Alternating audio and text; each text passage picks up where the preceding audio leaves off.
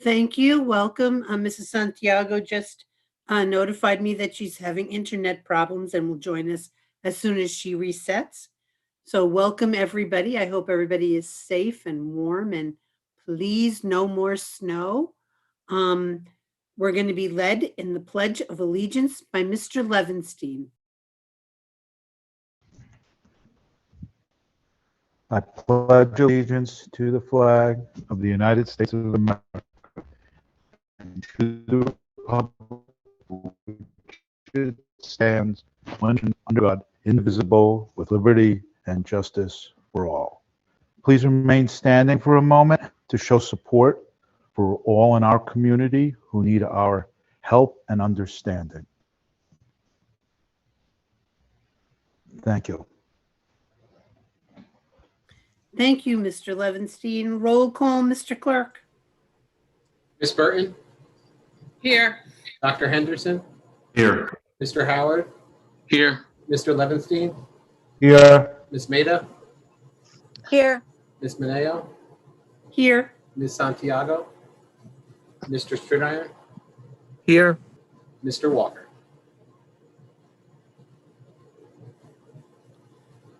The board, be it resolved that the Board of Education hereby recesses into executive session for the following purpose: matter made confidential in DFERPA, employment history of particular individuals, matters leading to the employment of particular individuals, the review of programs and placement of students with disabilities, collective bargaining under the Taylor Law, NTA, and to obtain advice from legal counsel. I'd like to entertain a motion, please. So moved. Second. Roll call, Mr. Clerk. Ms. Burton? Yes. Dr. Henderson? Yes. Mr. Howard? Mr. Howard? Yes. Mr. Levenstein? Yes. Ms. Maida? Yes. Ms. Mineo? Yes. And Mr. Stridiron? Yes.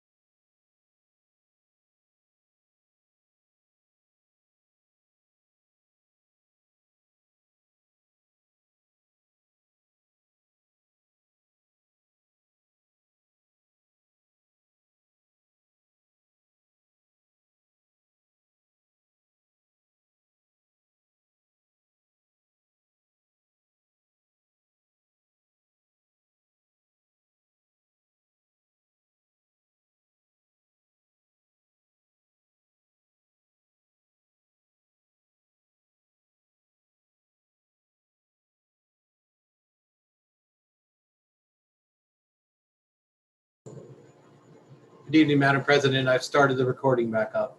You're all set. Thank you, Mr. McCoy. Let's see what we're going to do now. I'm going to turn this over to our Superintendent of Schools, Dr. Padilla. Thank you, Madam President, and good evening, everyone. I have 3 items for tonight, and I'm going to go ahead and jump into the first one, which is our consistent update to the Board of Education regarding Operation Reopen. So just give me a second to share my screen.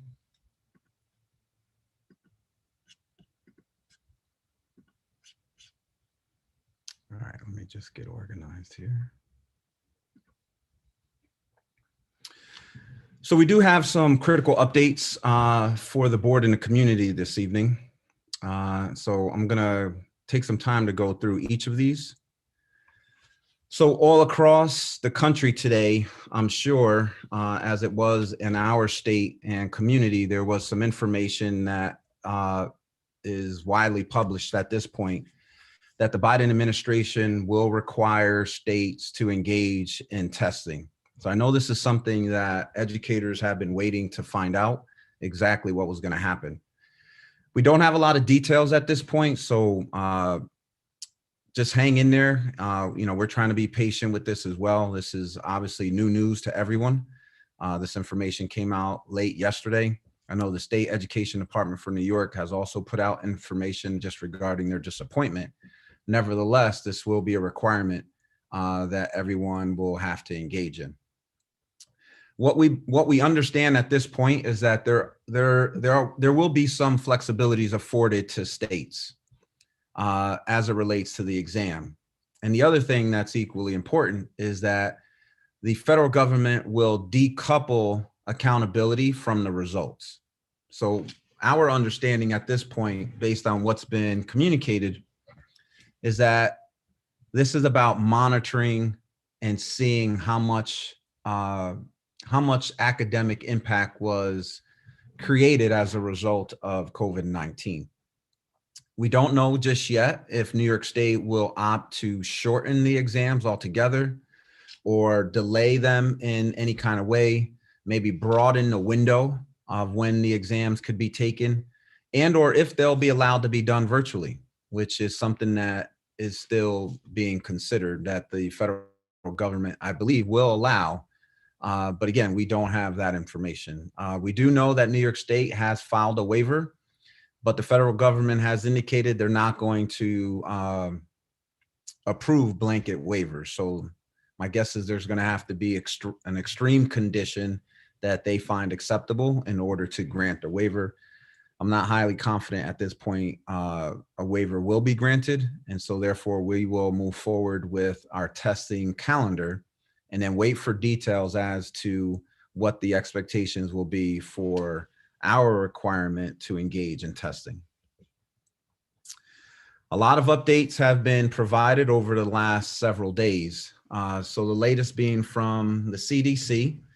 And what I should share with the community, because I understand we have a lot of people who are following us on social media. They call central office, they're calling schools, they're emailing, and certainly posting on social media. The district is in compliance. We're doing everything we're required to do as it relates to guidance provided by the New York State Department of Health. I understand that there's a lot of friction and contention right now regarding vaccine distribution and whether educators should be prioritized. We stand in a position that yes, educators should be prioritized. The CDC, nor anyone else for that matter, has made any kind of proclamation that educators must be vaccinated in order for schools to reopen. But right now the guidance is clear and the momentum is growing that schools need to open, they need to stay open, and they need to open 5 days a week. I don't see any provision, I don't see any measure that would allow us to open schools 5 days a week. We are following the guidance that's provided to us. And just to be extra clear, the guidance that we must follow pertains to social distancing and wearing a mask. And I know the CDC put out information that it could be one or the other. We're following and must follow the directives of the Department of Health. And it's not an and, I'm sorry, it's not an or, it's social distancing and wearing a mask. The New York State Department of Education has also put out information regarding testing. And as our community knows at this point, our Board of Education has approved for practices to take place for Fall 1. A decision regarding Fall 2, high risk, will be determined tonight. And we have engaged in with other districts around what their positioning is. And so that's what we're going to be engaging in tonight. The Orange County Department of Health has also put out information that we are still working through. So let me just preface that. Clearance from quarantine. Prior to this guidance, the expectation and directive was that individuals who were positive needed to come back with a doctor's note. Now, there seems to be a change from that guidance where districts can now determine how someone is cleared from quarantine. We're going to make that decision soon. As of right now, we're going to stay with the practice that we've had for the many months school has been open. So as of today, we will still require the doctor's note. However, as we continue to make our way through the guidance and understand it more, we'll then come forward and determine if that's going to be a change. There is new information regarding post-vaccination quarantine. So for individuals who have already received their vaccine, this is new information that's really important because it pertains to whether or not someone has to quarantine after they have received their second dose.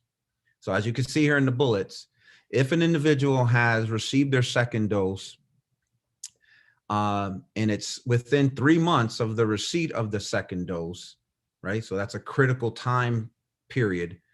Then yes, they would still quarantine. It's only after that second dose, after that time period, then they won't have to quarantine if they come in contact with someone who's positive. That is a big shift from what has happened prior. Prior to this, it was anyone who came in contact had to automatically be quarantined. Now that's about to change. We also received guidance today from the governor.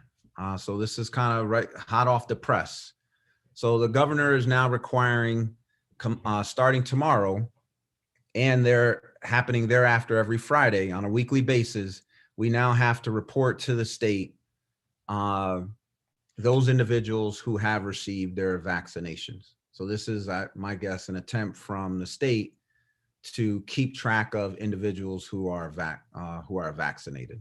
So we're putting out information. In fact, we put out information today to our employees to see if they were interested in a local distribution that appears to be taking place this Friday, maybe Saturday, but right now it appears to be Friday.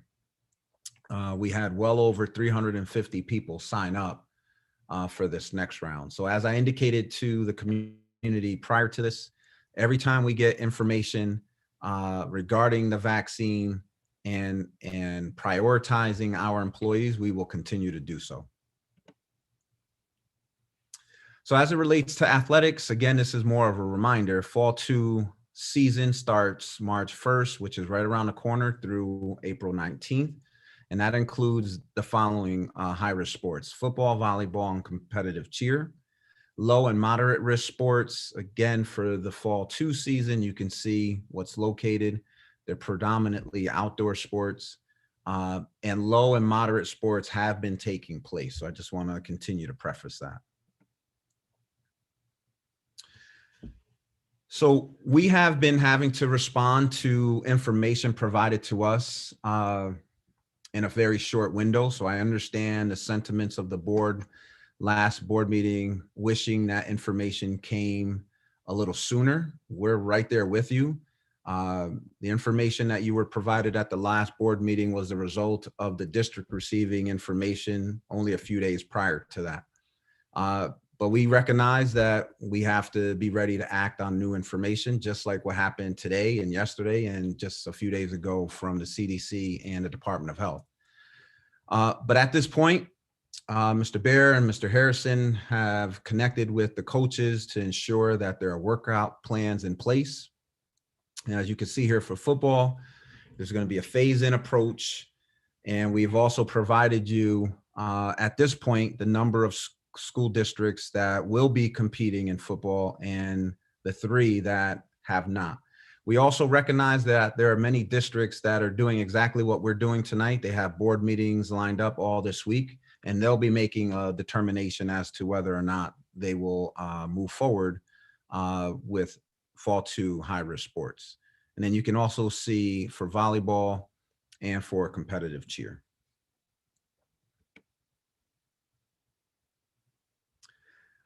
I know there's been a lot of talk of athletics because of how nuanced everything is now, but this is, as the board makes a decision on fall 2 to start on March 1st, we have spring season coming right after that. So I know it's going to feel like every board meeting or every other board meeting, there's decisions that need to be made based on the season that's coming up. So this is just looking ahead to give the board just a update as to, as soon as a decision is made tonight, there's going to be another decision that will need to be made as one of the board meetings in March. So a lot of what we do should be coupled with extracurricular activities. So it's not just athletics. We have scholars that are chomping at the bit because they want to engage in, their sport, so to speak. And so performing and singing and dancing and playing an instrument is equally important to our students. And so we're going to be taking a look at the guidelines that are provided in order for us to move forward, so that way our children can get back to some of their routines that they cherish the most. We had a request to identify just demographics of hybrid learning groups. So this slide just provides the board with updated data regarding demographics, who's in person and who's virtual. So I'll just give you a minute to look that over, and then I'll make one quick point.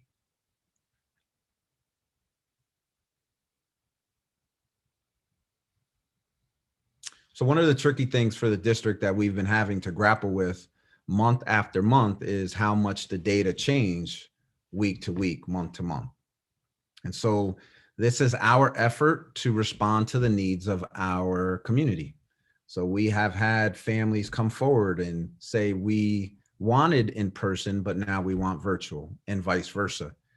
And in our attempt to be responsive and supportive, that has resulted in 1 month the numbers looking one way, and then another month the numbers changing. And that's what we have right now. So I just want to publicly thank our transportation director, Ms. Coyne, who is trying to work miracles sometimes, managing all the data that changes because of the requests that come in. So Ms. Coyne, thank you for your patience and your flexibility.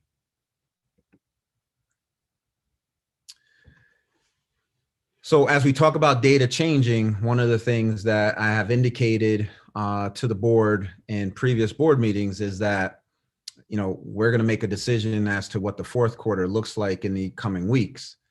And the more I think about this, the more important I believe it is that we make a decision in the upcoming weeks to let families know whether or not they're going to be required to come in person or not. No decision has been made. However, we're monitoring the data. How well are students doing? Who needs to be required to come in? Is that fair? Is that unfair? Are there other ways we can reach students and provide interventions when we clearly see they're struggling? The opposite of that is that there are children who have been in person, who have transitioned to virtual, who are excelling. And so that's something we're trying to pay attention to and not make a kind of one size fits all decision, but understanding we don't know what September and the fall is going to look like yet. We can be hopeful that enough vaccinations will reach our community and we can get to a point where we can open schools 5 days a week. Where we're at today is our administration is making every effort to keep schools open and have school students back 4 days a week. But we must do that in a safe way. And so as we continue to monitor the data, if we get to a point where we don't think that's no longer safe, then we'll pivot like we have other times this school year. So again, please continue to do your part. If everyone does their part and they wear a mask everywhere they go, we'll certainly be a lot safer. Madam President, I'll open the floor up for questions. Board members, any questions or comments? Yes, Mr. Howard. Thank you, Madam President. So, Dr. Padilla, you had mentioned the Fall 1 and Fall 2 sports. Can you please explain to us or give us an insight as to when we voted, the last board meeting, we voted for the basketball to have practices start as of, I believe, Monday. And I got a few phone calls saying that the practices were postponed. Is that true? And if so, why? Yeah, I'm gonna turn it over to Mr. Bear. Thank you, Dr. Padilla. So we had attempted, based on the board's approval of practices, to put protocols in place. It became prohibitive to do so in a short period. We had the break in between. We were hoping to do it right before the break. Then we were trying to do it after. And a large barrier to having practices occur was the ability to access any kind of testing and rapid testing that you had approved as a board. So that really kind of, and again, as David Shaw described, the SED has kind of given us mixed messages on whether that was even allowable. So we were trying to monitor that as well as access tests. So it just got to be too tight of a crunch. As it stood, this was the only week left of winter. So it would have been just this week. And obviously it just seemed to be impossible to pull it off in the short time that was given to us. Mr. Levinstein, I see your hand. Thank you, Madam President. Well, I do have some sports questions for later, but I'd like to ask about the 4-day schooling process that we have out there now. So my question is, were all parents informed of the process to request a 4-day in school? And in addition to that, does everyone who wants that, does every family that wants that, able to get it? And also related, are there any buildings that are maxed out of space for 4-day-a-week students? I'll start with the latter. At this point, I'm not aware of any maxing out situations.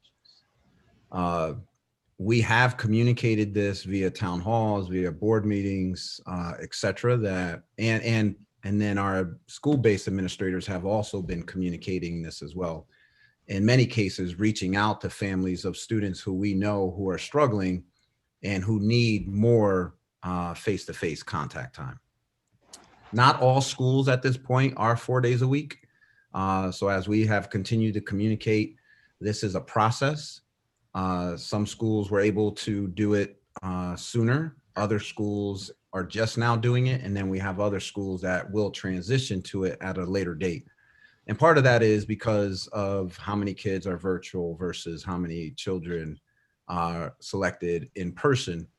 That varies from school to school, therefore giving different levels of flexibilities to different schools.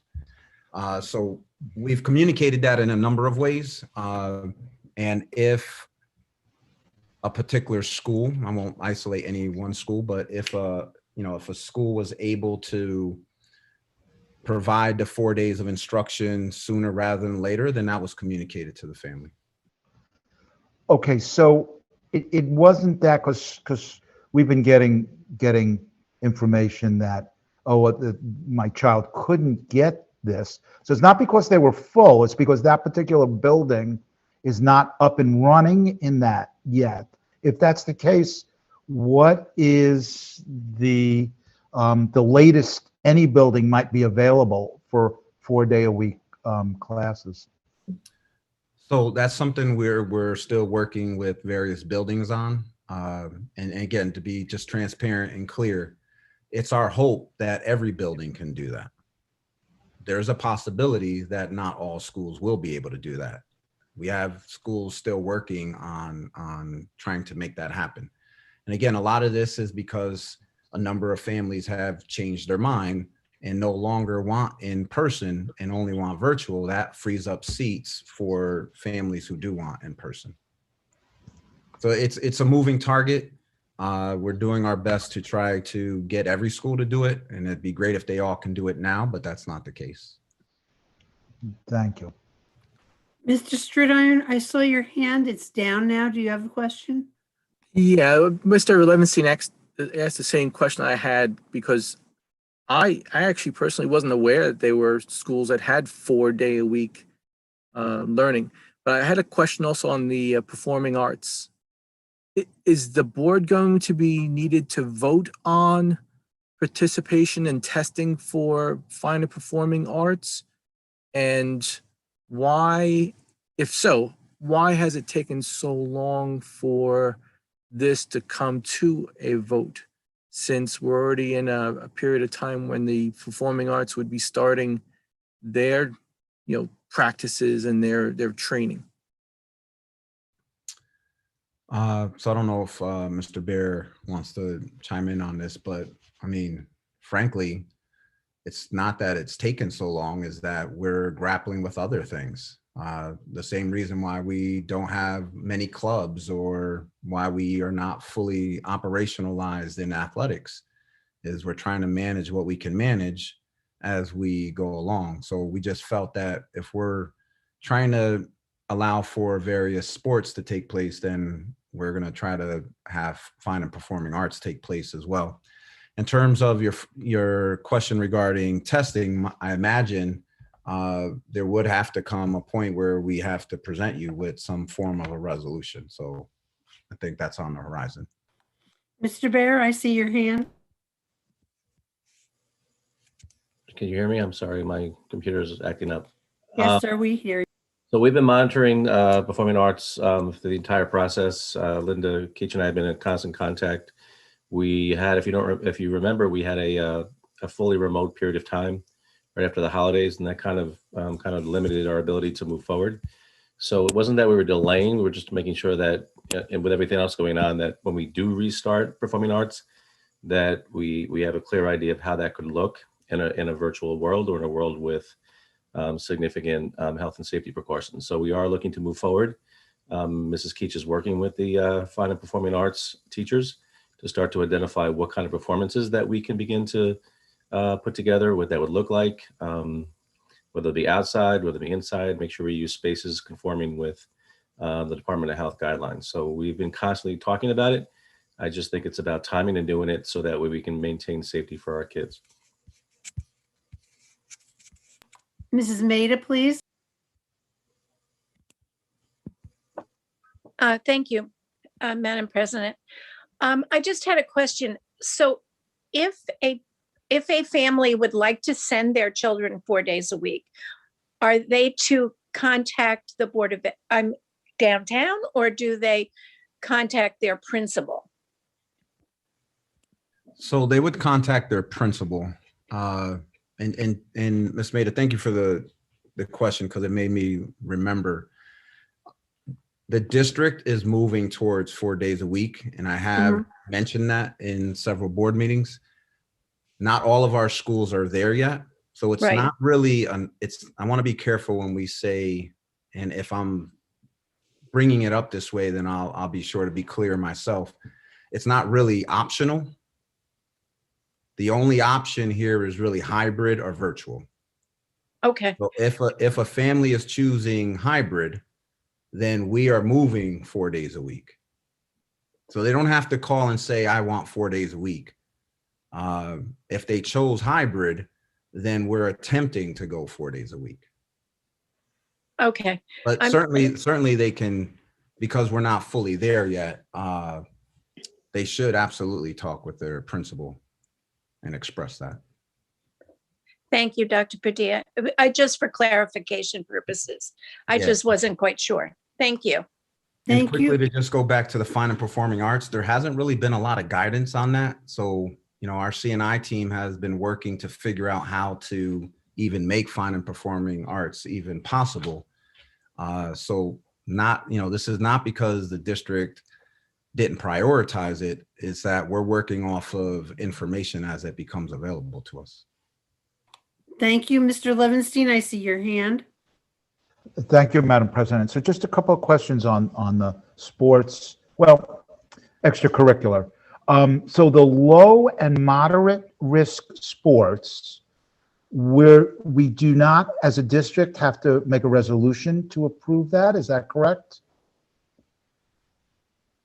That's my understanding, but Mr. Shaw can confirm. I believe it was just high-risk sports that the governor, SED, and local departments of health agreed that they could move forward. And then they said school boards ultimately can make the final decision. Correct. That's correct. There isn't an impetus to do testing for medium and low risk sports. And there's then the question of the availability of testing resources. Well, that was another part of my question. If it's not something that the school board has to make a resolution, and we're not testing low and moderate sports, it seems like it's just a high risk sports that created this need for a different process. Thank you. Mr. Bear, I see your hand.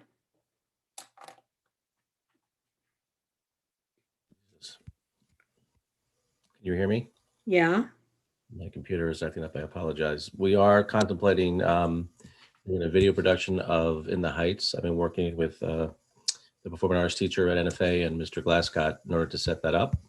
But again, we're working through the details with after school protocols. So just want to clarify. Thank you. Dr. Padilla, do you need something from us regarding the next round of high need sports? I believe there's a resolution that ultimately the board will be asked to vote on tonight. Under whose section, please? Let me just pull that up.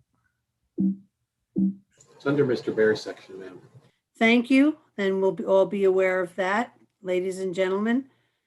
So, Dr. Padilla, would you like to move on to your next, the draft of the district budget? No, the capital project update.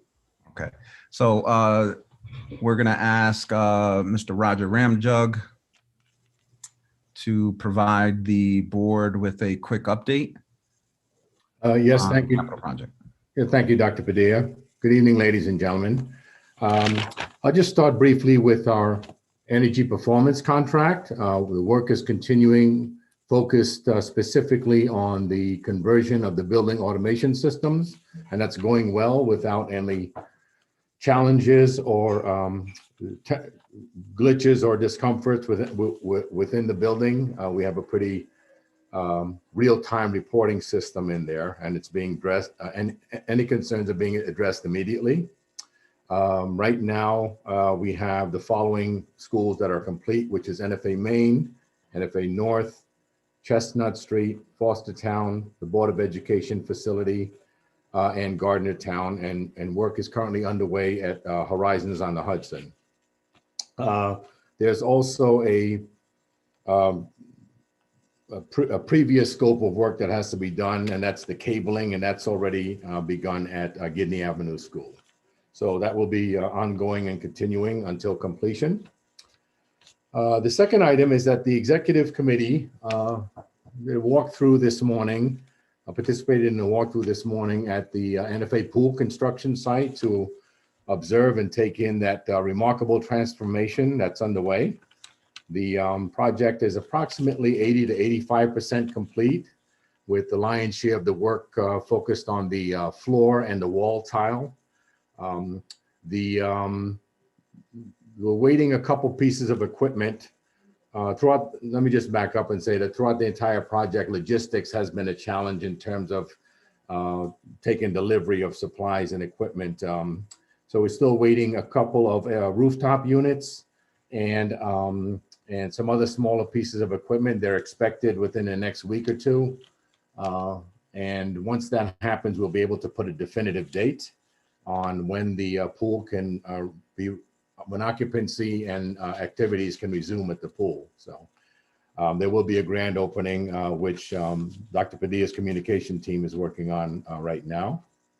And I'm happy to report that the project is on schedule and it is also under budget. With respect to the balance of the capital project, so far we have examined and observed and presented on the progress of the Korean Tech Education Facility, New Windsor Elementary School, Vales Gate Elementary School, and the plans are complete at Heritage, Within those, though, there is a significant amount of work that has to happen prior to those projects getting underway, and they have to do with demolition. So tonight's Clark Patterson Lee will be presenting the process and procedure and the specifics surrounding the scopes of demolition work at each of those sites. Mr. Colby? Mr. Amjug, Madam President, members of the board, great to be with you again this evening. This will be a quick overview of the sites just mentioned that are involving upcoming demolition. So that'll be the CTE site, the tower at New Windsor, and the portables at Vales Gate. If you could go to the next slide, please. So just as a real quick overview on all of these, we're going to talk a lot about construction fencing, hard barriers, egress from the buildings. While we're doing demolition, there's obviously safety separation that's required from academic spaces and our construction spaces. So it's always the primary objective of all of these projects is to make sure that we're separating staff and students in the building from the construction sites. And then all of these projects are being reviewed by SED. There's strict SED guidelines and New York State Building Code guidelines when it comes to demolition procedures. So all of that work, the detailed sort of stuff that goes into the drawings will be part of these construction packages as they're presented to the contractors. And as the Palumbo group gets into the construction side of the project, they'll be monitoring everything that happens on the site with the contractors and these protocols. So real quick, we'll start out at the CTE building. And again, this will be a very broad overview of what we're looking to do. Really, we want the board and the community to have a general awareness that these activities will be starting really this summer at CTE and New Windsor. Vales Gate will follow because it's a separate sort of submission package to SED. Currently, SED has the demolition package for CTE and the New Windsor Tower. On this site, as many of you are familiar with, there's two existing abandoned buildings on the site that you can see noted here as the demolition area. Both of those buildings will be coming down as part of the demolition and clearing in preparation to build the CTE building. Next slide, please. So we have quite a bit of work to do here in addition to demolishing the two buildings that you see noted in red. The line with the little square boxes in it is going to be construction fencing. There's also a whole layer of silt fencing that has to go in to meet New York State clearing requirements so that we don't put any site debris, mud, dust, dirt in local water catch basins or anything like that. So that's part of stormwater pollution prevention program. So before anything happens on the site, the construction fence will be put up, all the silt fence will be put up, and signage will be put up telling everybody that this is an active construction site.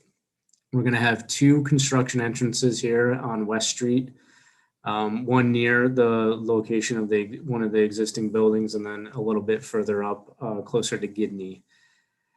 And then once the buildings are demolished, we're also going to start the clearing phase of this site in preparation for the CTE construction.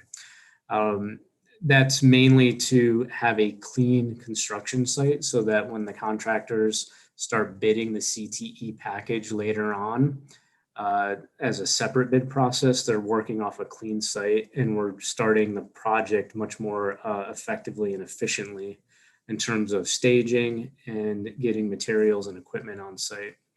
The green area that you see there along West Street is going to be a portion of existing trees that we're going to intentionally leave during this phase and not take down to act as a buffer while construction is happening on this site.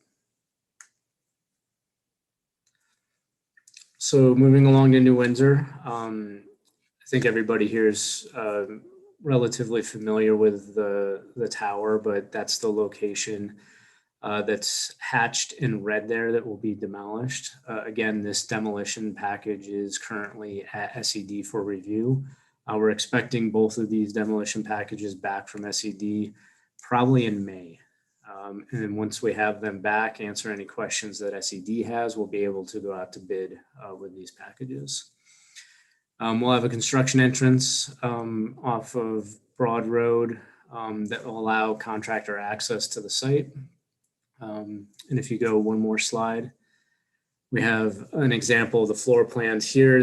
Everything that you see dashed is essentially the tower. This is the existing floor plans of the building. Everything that's in a dashed line on there will be demolished, and then the existing building will remain untouched.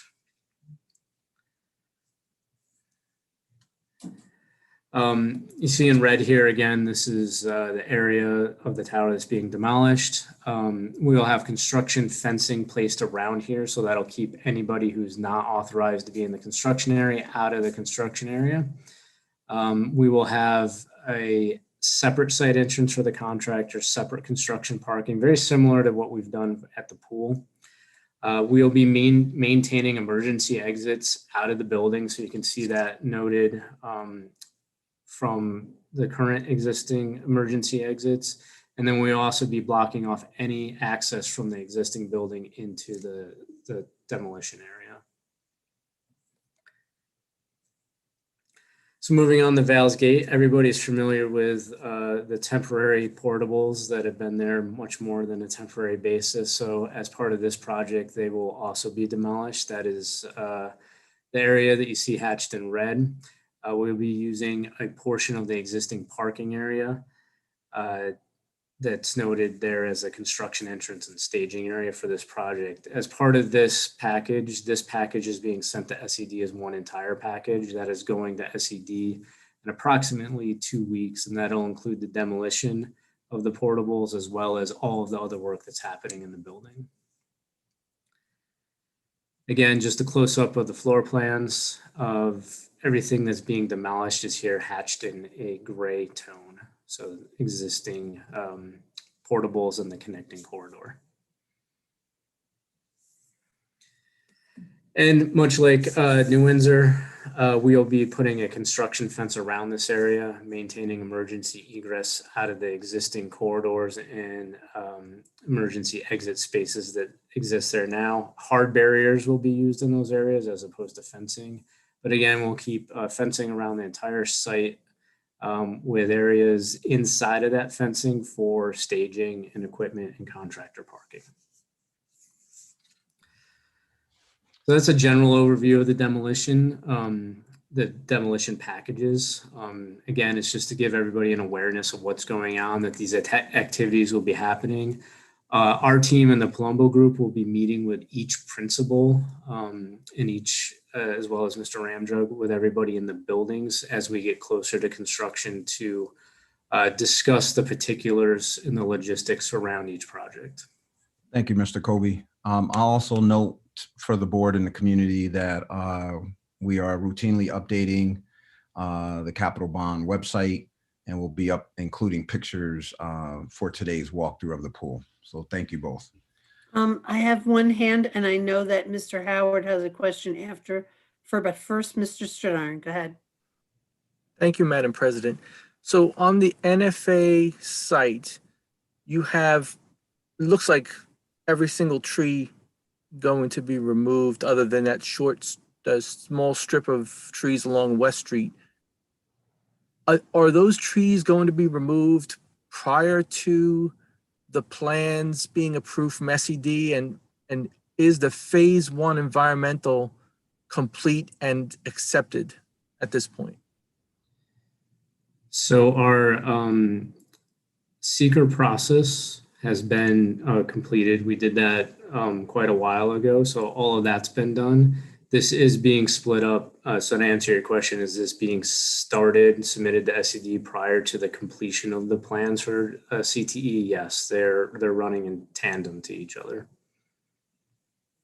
So what happens if SED changes or recommends changes to the plans, and then you've cut down all the trees on the site?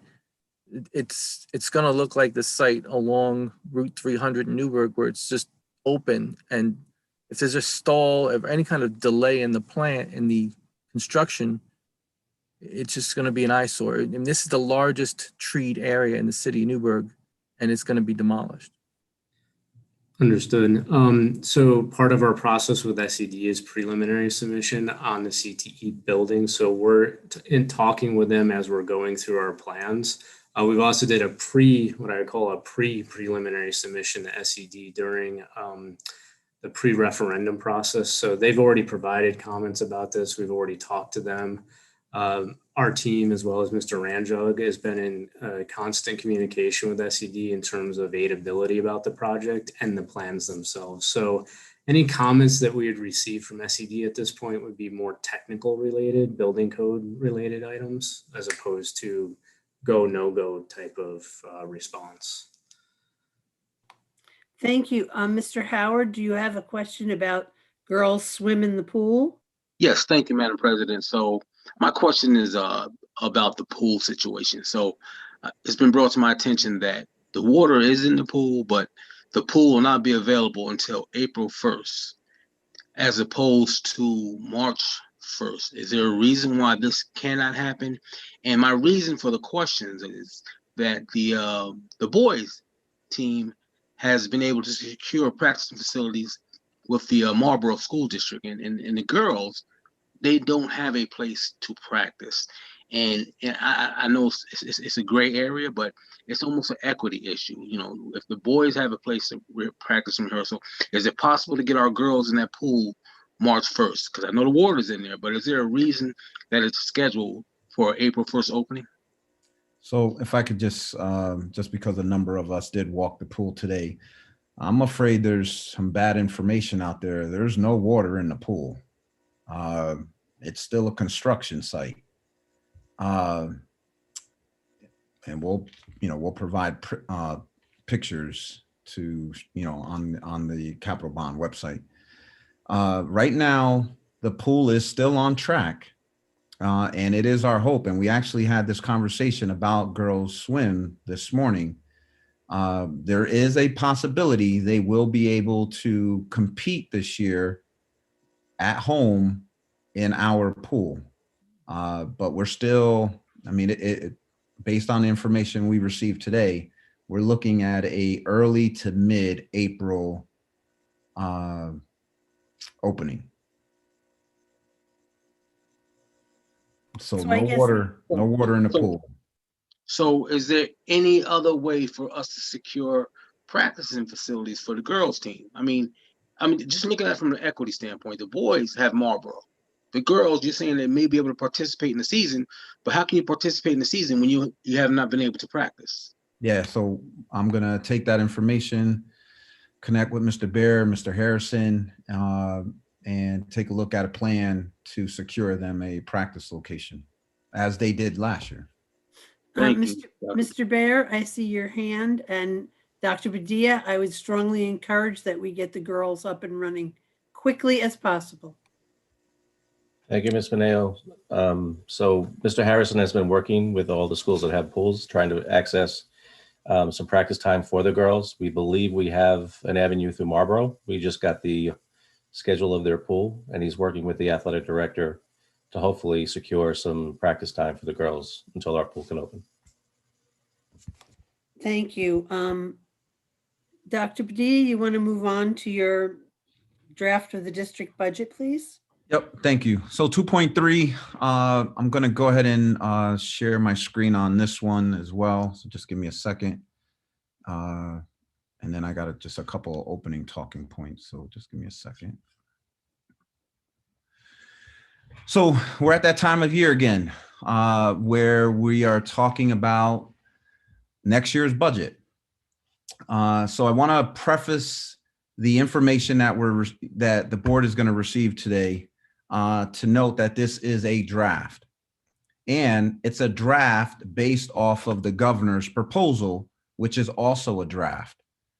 The Assembly and House still have to make their way through the budget and ultimately approve it in order to enact it for New York. So as is the case in every year, we start off with some information, and then we get more information and then have to make revisions along the way. That is no different this time around. So what we do this time of year, every year, is we provide the board information. So this is the first time the board is receiving this information. There's no expectation of the board tonight except to receive what we're going to share. The budget is now a public document. And again, to all of our community members, our employees, our families, this is a draft budget at this point. We anticipate that there will be changes along the way, just because the board at the next board meeting, Ms. Mineo and I will be taking the board members through our traditional protocol of going through each of the functions. So the information that the board is receiving tonight, you'll have several weeks to review what we're providing you tonight. You'll have several weeks to go through the actual budget. And as we ask every year, please share your questions ahead of time. That allows my team and I to prepare for discussions that we're going to be having at each of the committee meetings as well as each of the public board meetings. We want those conversations to be a good use of everyone's time. And so I just thank you in advance to getting us your questions ahead of time. And again, the protocol we'll have in place, as we do every year, is Ms. Mineo and I will go through function by function. There will be an explanation for each budget line that is plus or minus 10%. And again, based on what you're going to receive tonight, some of you may feel like, yeah, that makes sense. Others may feel like, well, it makes sense, but I think we should do something a little differently. Those conversations are very important, and they will begin immediately at our next board meeting. All right, so just to kind of preface and set the stage, tonight's presentation is to reveal the draft budget and then allow our board members several weeks prior to the next board meeting to prepare for committee and public discussions. So we're grounded in our mission and vision. So there should be no employee, no board member that is not familiar with our mission and vision. It's what unites us in our purpose. It's our North Star. It's what we strive for. So it's clear, not only in our community, but people close to our community that know that we inspire our scholars to become tomorrow's leaders beyond academy field. That's important to our day-to-day work. And we aspire that through our collective work, our partnership together, we will achieve inclusive excellence. And I always have to underscore the word inclusive. So that means children from all walks of life, from all demographics, from disabilities, from language, you have it. They're all included in that success and that excellence. Our mantra should speak for itself at this point because our community has come together during this pandemic, and there's been no greater modeling and no greater example that we're all in this together. We're all standing shoulder to shoulder. And while sometimes we might have different ideas or we may have different opinions, in the end, this board, this administration, our educators, our families, students, and everyone has really just come together in the best interest of doing what's right in the safest way. So just thank you again for modeling our mantra. We're led this year, unlike in previous years, around a new strategic plan. And this is something the board should have a lot of pride in because unlike other districts, we make decisions fiscally around the priorities the board has approved. The board approved Imagine 25. This is the course that has been set over the next 5 years. And just for anyone who might be new tonight, we have 4 key district priorities. The first one, and they're not in any particular order, but one priority is teaching and learning. Another is wellness. The third is transformative leadership. And the fourth one is efficient operations. Those are the 4 key priorities guiding our Board of Education, guiding my administration over the next 5 years. Just a quick overlook of the timeline. So we got the governor's state aid runs. My team and I immediately started our analysis of what that potential impact could be on our district.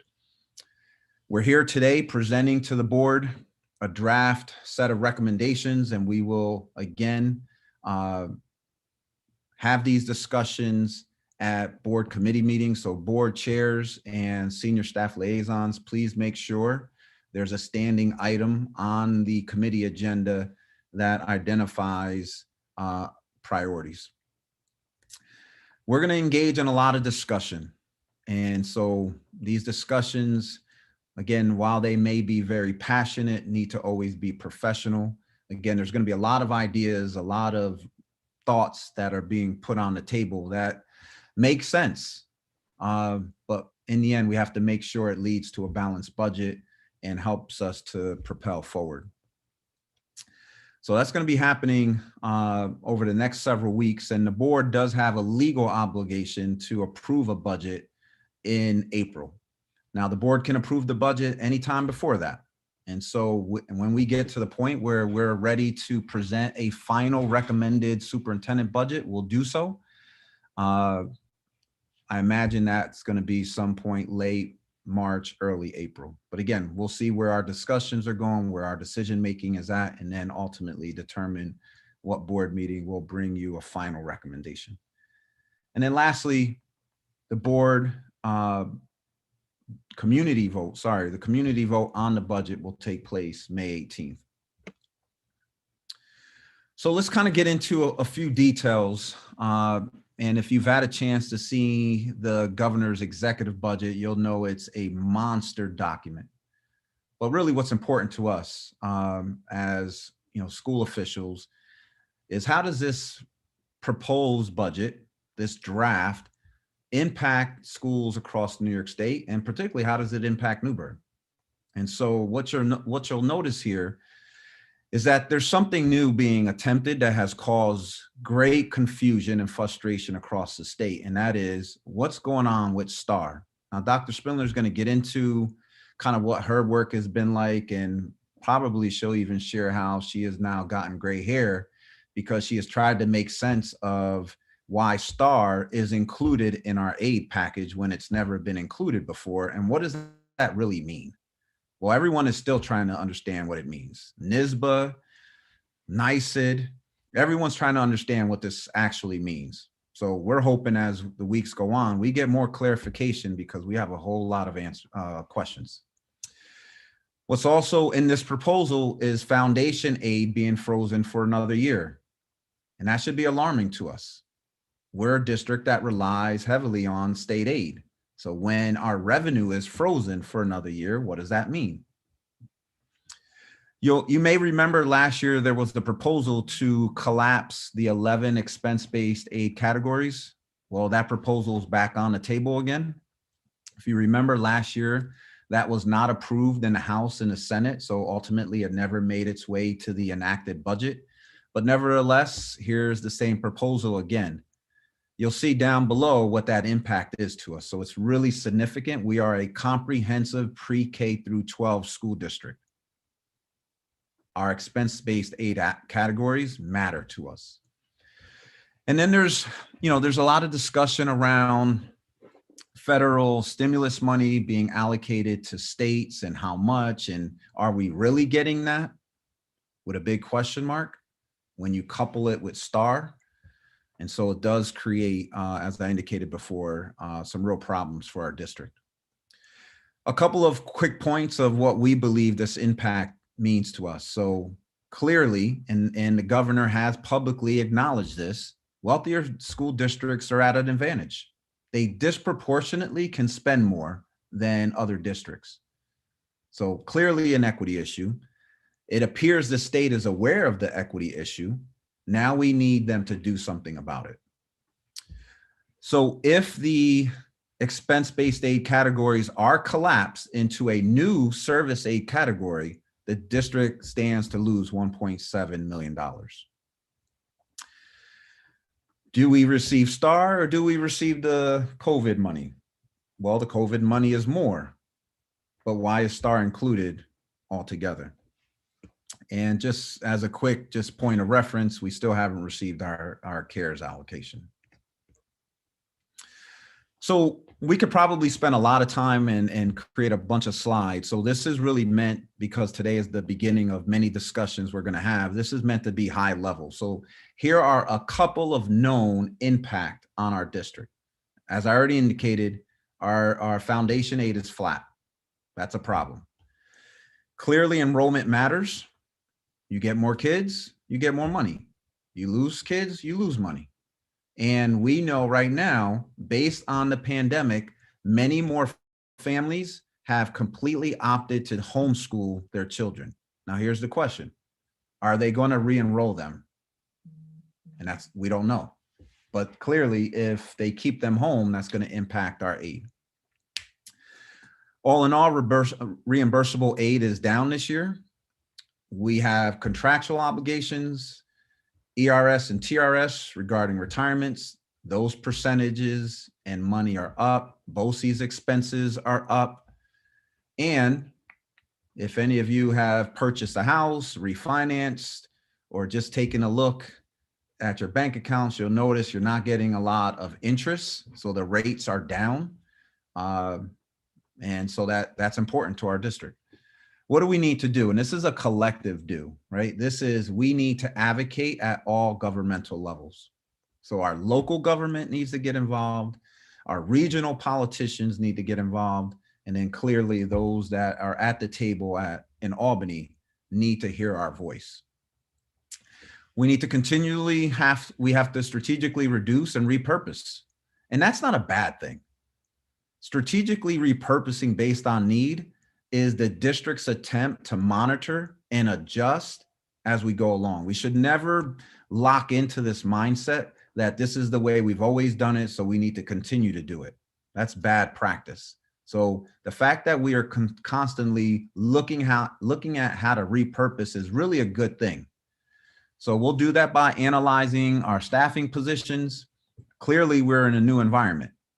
So we're dealing with virtual environments and hybrid environments.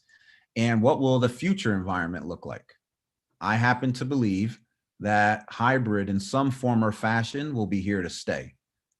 Now, I believe that SED now needs to say, yes, this is a model that will be allowed in the future, but we have to prepare for it. And then we have to continue to assess and access our inventory to know that we are maximizing our resources to the best we can. So that was the known. This is the unknown.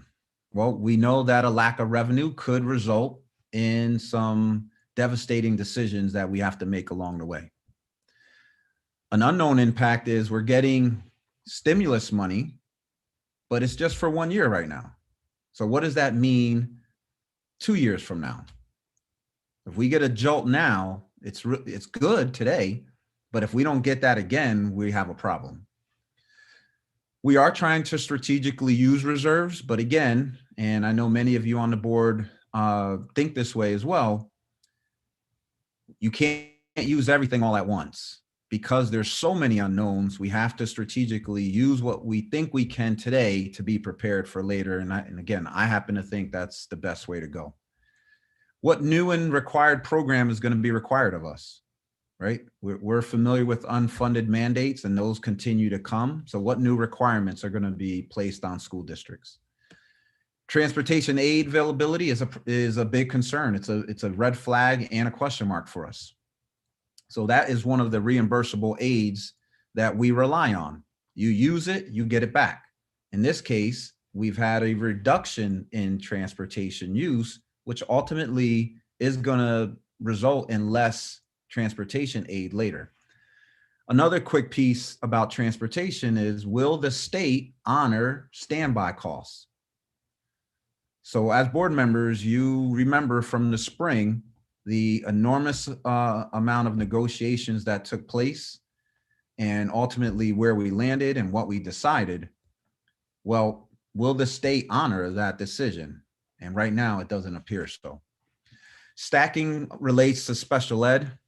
And so right now there's a belief that we could lose aid as it relates to stacking.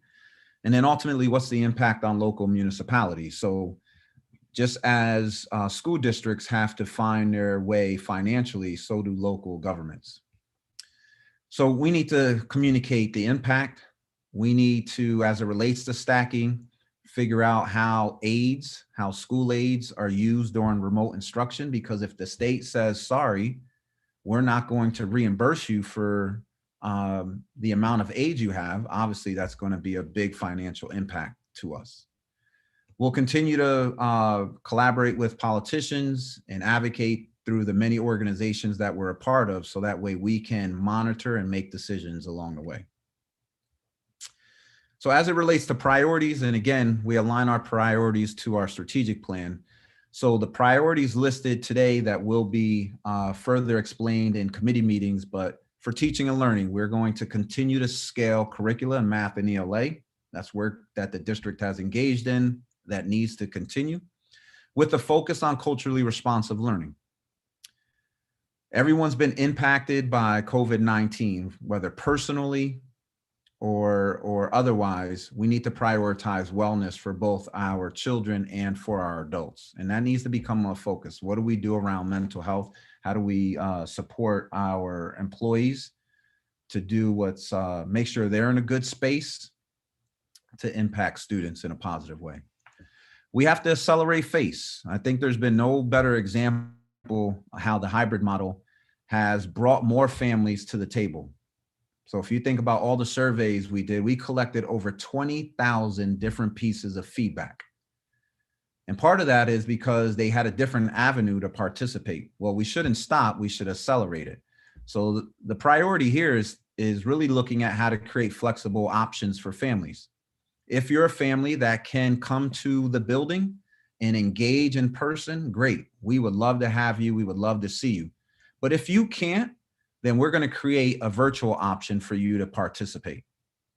And so that's the thinking there. And then around health and safety, which is really around efficient operations, we still have to attend to COVID-19 recovery. So I'm going to turn it over to Dr. Spindler. She's going to get into the numbers, and then I'll close us out. Okay, Dr. Padilla, will you be keeping up the presentation for me? I will. Okay, great. Thank you, Madam President, Board of Education, and senior staff. I'm going to get into the details of the budget.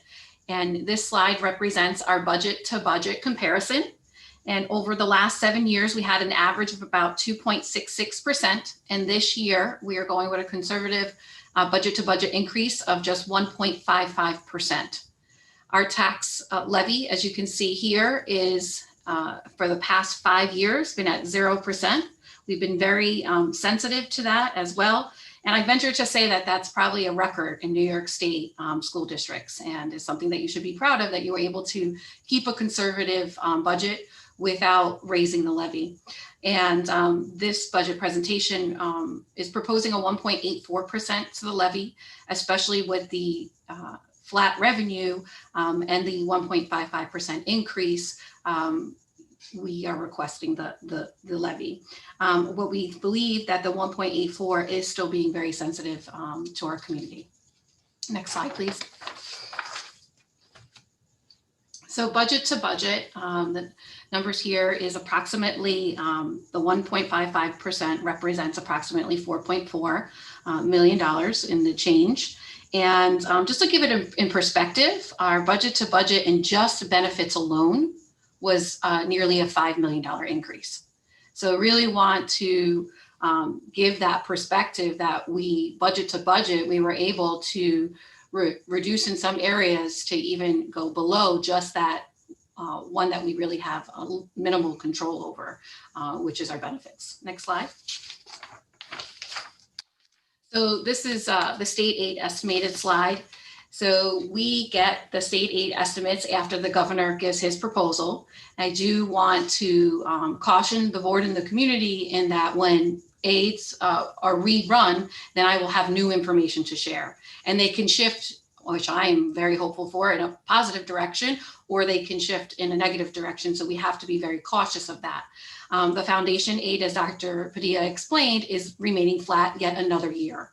Our special services aid encompasses our transportation, our textbook, our software, our library materials aid, our hardware and tech, our non-BOCE special services aid, such as our CTE, and our high tax aid.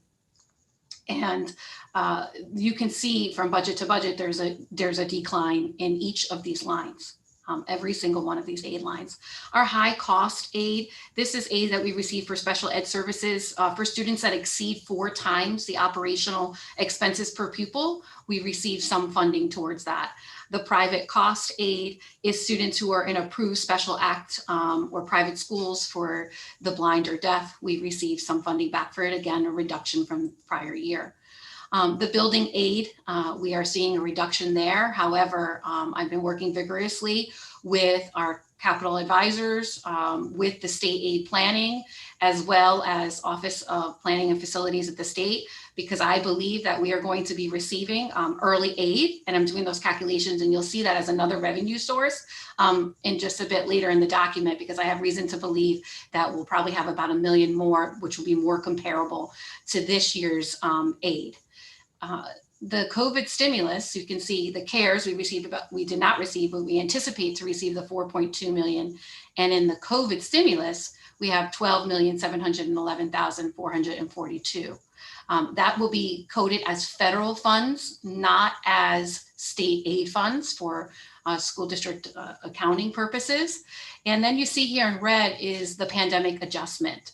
So the governor has on state aid runs, because of the federal funding, we had to make an adjustment onto our state aid. And so you can see here for 2021, we had to make the adjustment to our state aid in order to get the federal money. So it wasn't new money for us.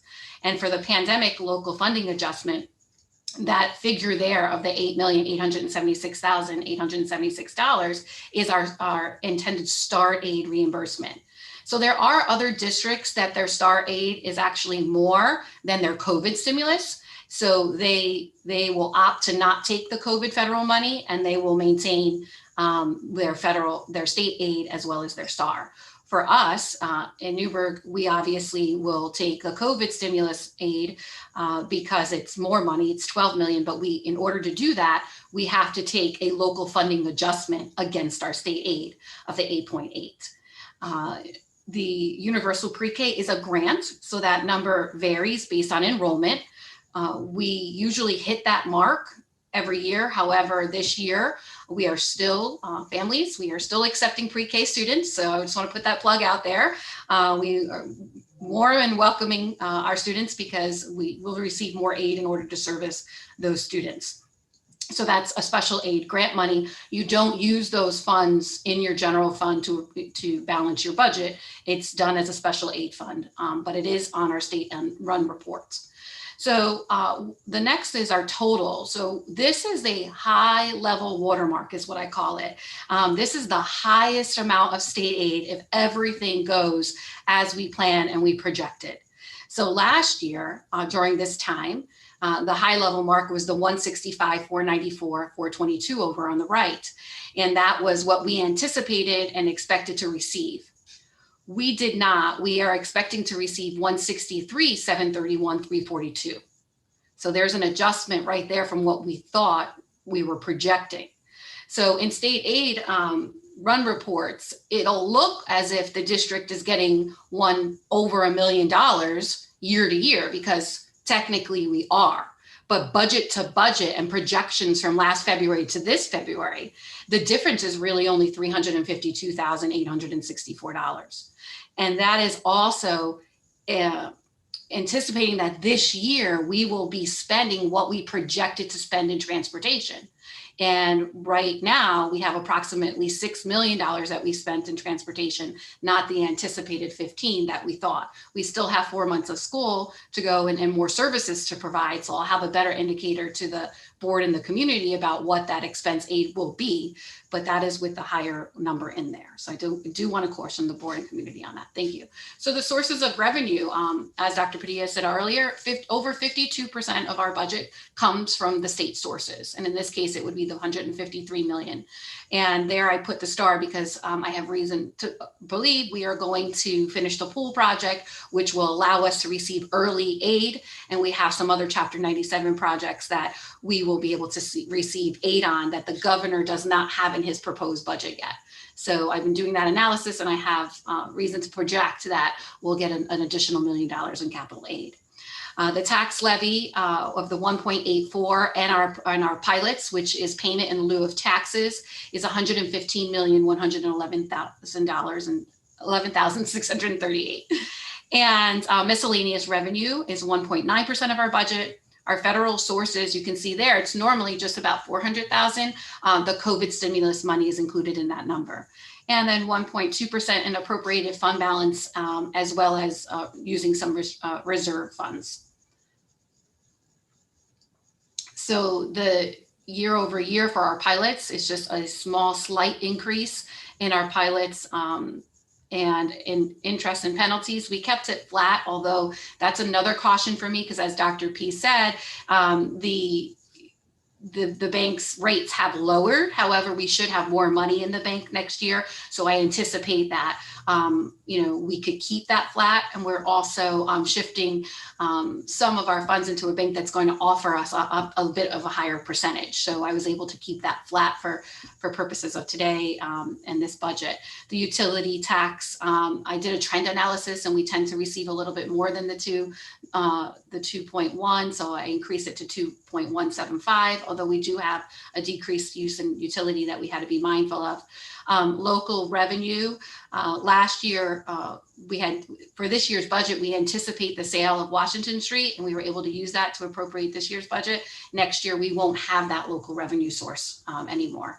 Interfund transfers of $650,000, and then appropriating our fund balance as well as our reserves for the 3.9 million. So for our projected revenue and our projected expenditures, we are presenting to you and quite proud to present to you a balanced budget. And I do want to let you know that there's a lot of work behind the scenes that we have to get there to balance the budget. And I want to publicly thank the division leaders who assisted this and their staff, because it takes a lot of effort and a lot of work and a lot of decision-making to get to present a balanced budget, because rolling over our current budget and keeping it status, there's a lot of work before we can get there. Next slide. Thank you. So the takeaways for this is, first and foremost, we presented a balanced budget, and we were able to preserve our programs, our pre-K, our art, our music. We were able to preserve positions. We need to increase revenue. That's glaring. Budget to budget, you're going to have obligations. You're going to have increases in insurance, increases in contracts, increases in benefits that are inevitable. So if we don't start to increase our revenue resource, we won't be able to keep up with the increase of the cost. And hope if the service aids get rejected, that's something that we have to be considered. Contractual obligations here, ERS, TRS, are star impact. And what does that mean for this year? Then more, what does it mean for next year? How is the governor going to use that? Are we still going to have it? How is the star impact going to affect our local taxpayers? And, more fiscal information has definitely come to the board as we learn new information, as we unpack it and adjust to what's coming from the state. We will keep you informed. And long term, I explained some of those, but, will we have to consider a possible school closure? And what is our fiscal cliff? So Dr. Padilla earlier in the presentation talked about the COVID stimulus money being really a plug for the governor's budget to keep school districts whole. If we lose that stimulus money and he's not able to provide us the state aid, what is that going to mean to Newburgh? And Dr. P, that's for you. Thank you. Thank you, Dr. Spindler, for that overview.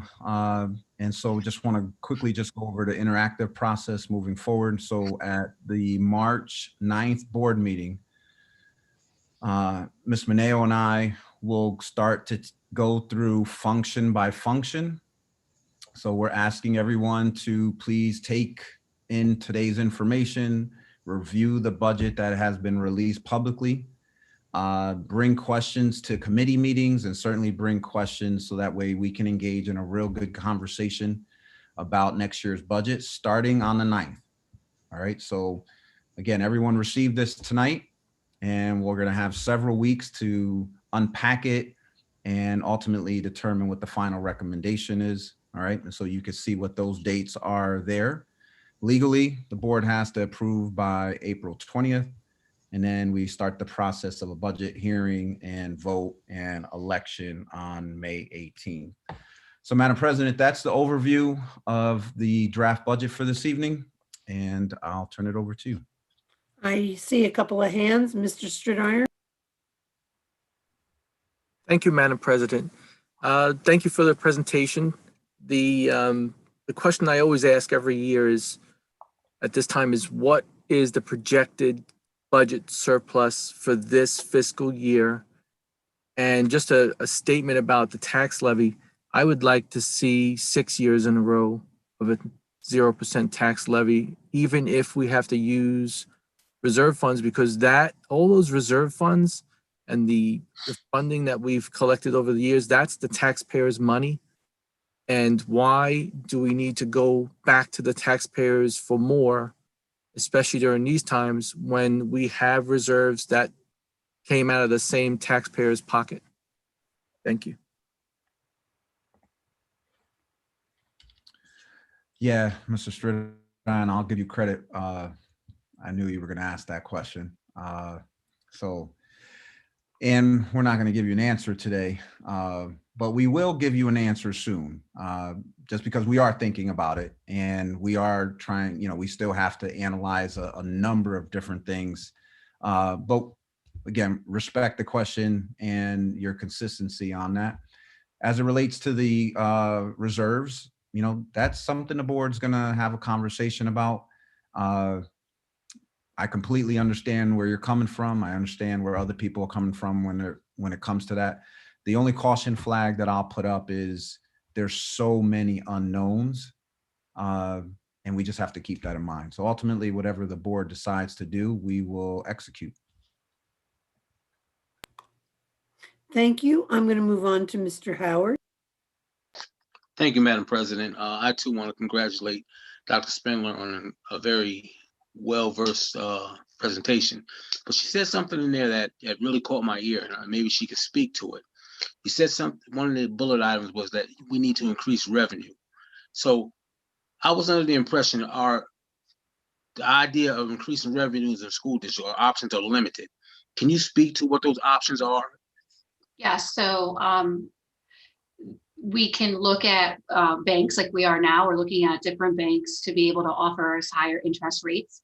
Also looking at another opportunity where we can ask our vendors to accept a credit card payment.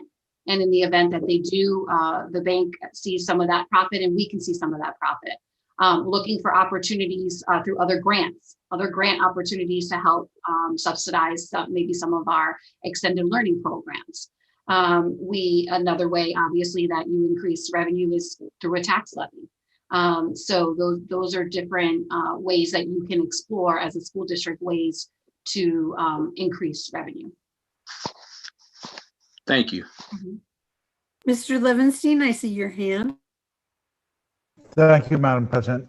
So I just have, I think it's just a statement, and I'll put this question to you. Is the financial year we're in now, the 2021, we don't know exactly what we're going to get from the state for this year. Is that correct?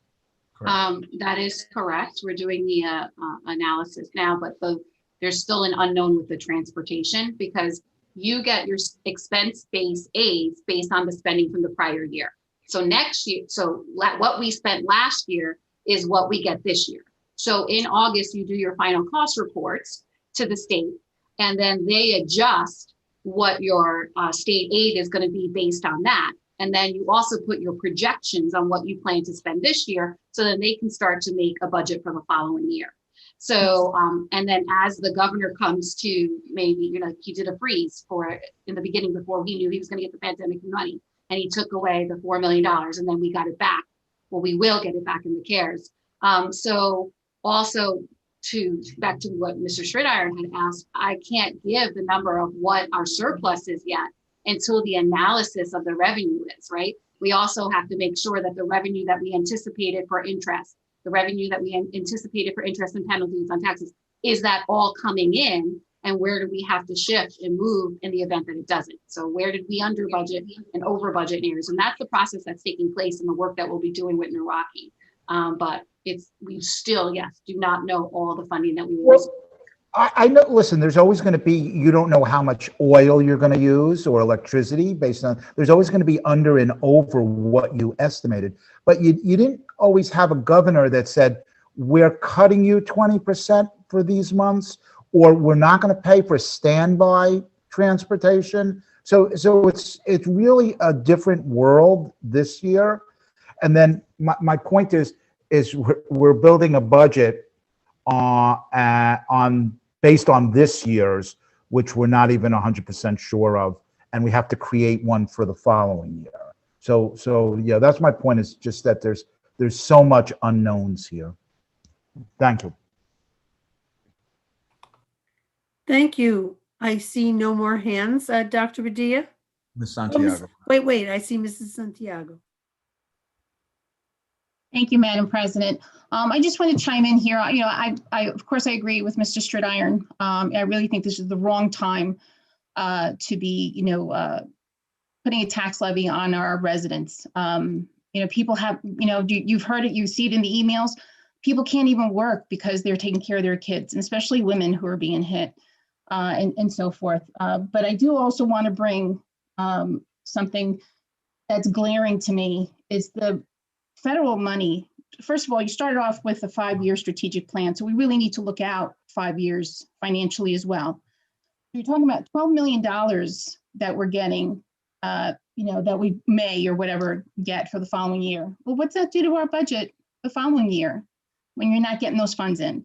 What about our 5-year plan with the CT and all the other buildings? What's that going to bring in for our overhead? How's that going to increase? What's that going to do to the, you know, what are we estimating as a budget 5 years down the road? And those are discussions that we really need to have. Thank you. Any other board member comments? Thank you, Dr. Spindler. That was very understandable and very clear. Dr. Padilla, back to you. I'm actually going to throw it back to you. That concludes my items for this evening, Madam President. Thank you, everyone, for your comments, and I look forward to our upcoming budget discussions. Thank you, everyone. Today we have we have 4 public comments on agenda items. So I'm going to turn this over to Mr. McCoy. Thank you, Madam President. There was 5 public comments submitted on agenda items. I'll read them. Number 1 was submitted by Ms. Deborah Silverstein. Dear board members, it's been brought to my attention that South Middle School cannot reopen to all students attending at once due to space limitation. I recall at one point the district was working with the Newburgh Armory for subspace for oversight for students.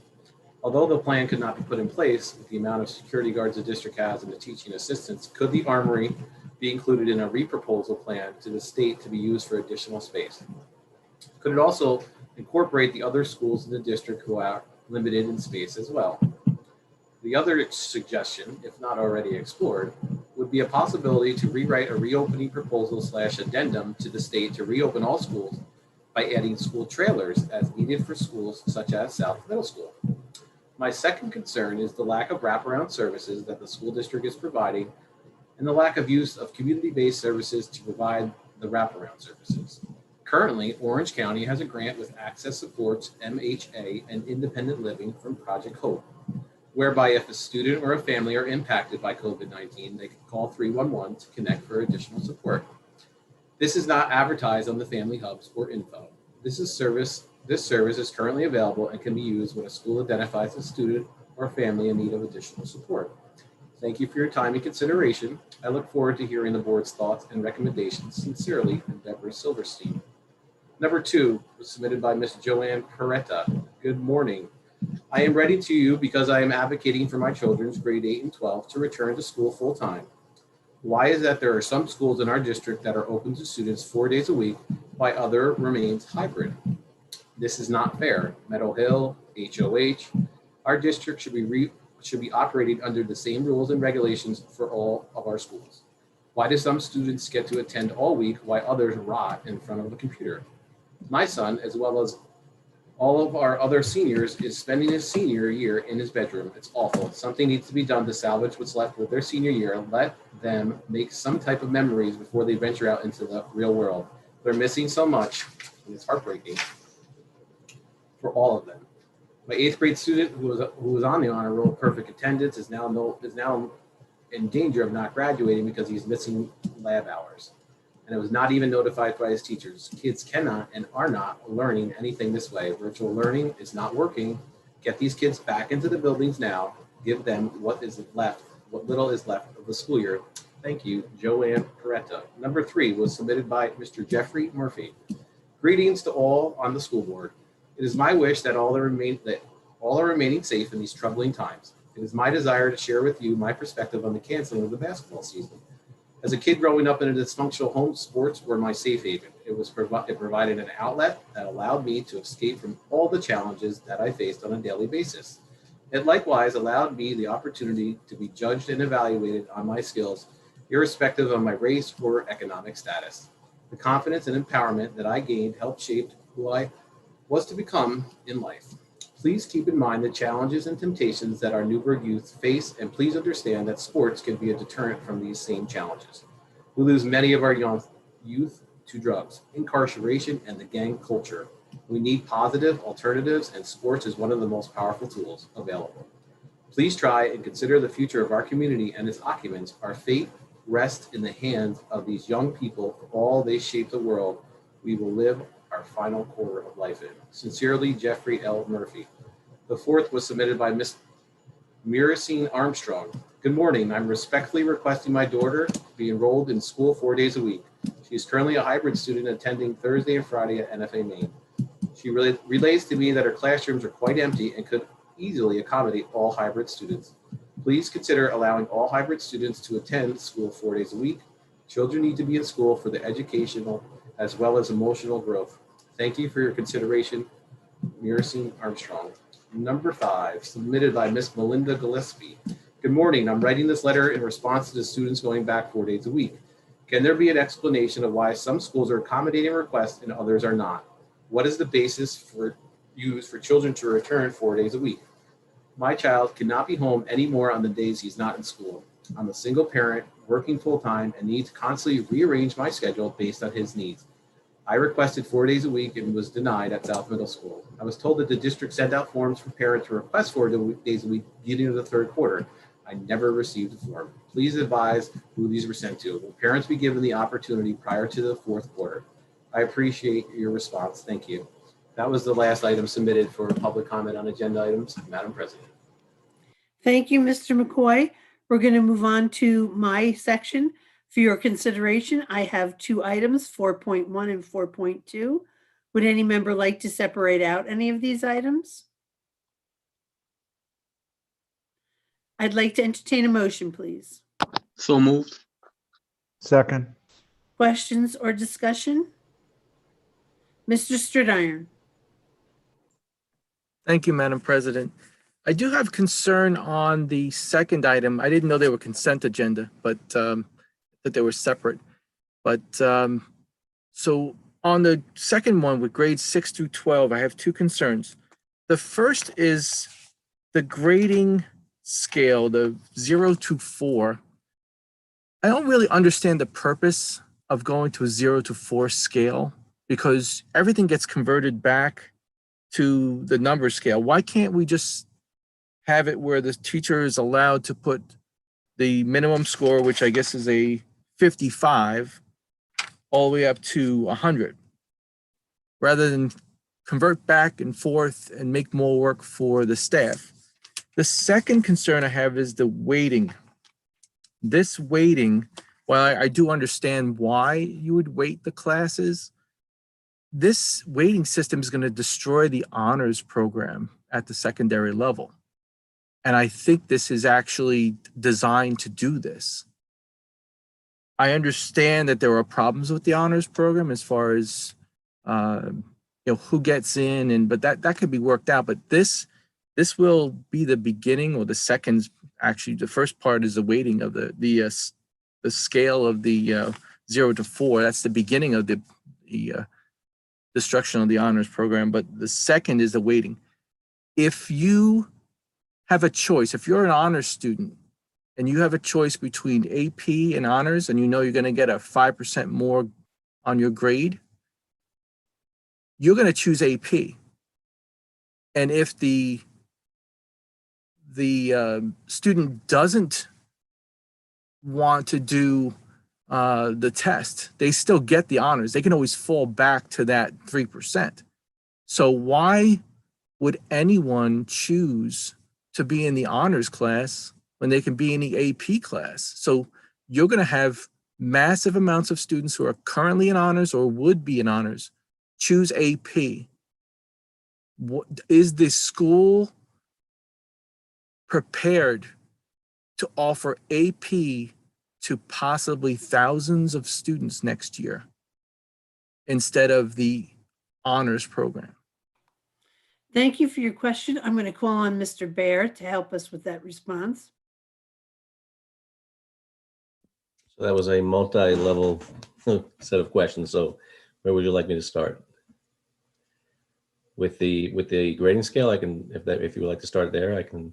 Start with the grading scale and then go on to the second part of his question, please. Okay, so as the board has been aware, we have been discussing what grades represent way back as far as the spring of 2000, and I can't even remember anymore. I think it was 2019-20.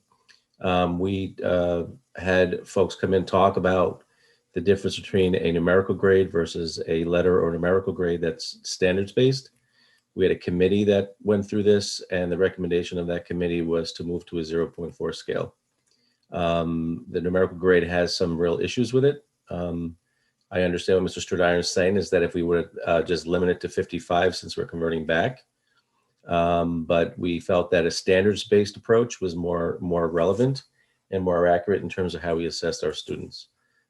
We convert back to numerical grades simply for transcript purposes, because we want to make sure that transcripts represent student progress relative to how they'll be perceived when they apply to colleges. So that's the first part of the question. Second part, with regard to honors and AP, I don't know if that was, certainly for someone who's been part of this whole process, that was certainly not our interest to destroy the honors program. There are very little examples where a student has a choice between honors and AP. We have usually start most of our AP programs in 11th grade, though there are some in 10th, world history and US history as being examples of that. But for the most part, they don't necessarily conflict. We're not interested in doing honors after 10th grade in a number of occasions, and we would like to see AP be the choice for kids. We believe that AP is an equity issue, and certainly we want our students who have been potentially shut out of those opportunities, especially our kids of color, to know that those should be available to them, because they are certainly ways to promote college and career readiness moving on. So I don't see it as a conflict, nor do I see it as our intention to destroy the honors program. We have honors programs even into 8th grade in some cases, and 9th grade, for example, with US history, and global in NFA North. I don't see how they conflict at this point, though I'm open to listening. Thank you. Dr. Spindler, I see you kind of waving at me. No, I was trying to find a hand there. I just want to also just speak to the honors and the AP. Just putting my old hat on for a second, I can't help myself. It's actually opening more opportunities for students to be able to access higher level courses. And there is a distinct difference between an honors and an AP course, and we wanted that recognized and reflected in a grade. AP course is a college level course. It bears college credits when students transfer. And we want to acknowledge that extra work for students. And that's why there's a variation. There should be a variation between honors and AP because they're different courses. And that's also another reason for the policy change. Thank you. Mr. Levinstein, I see your hand.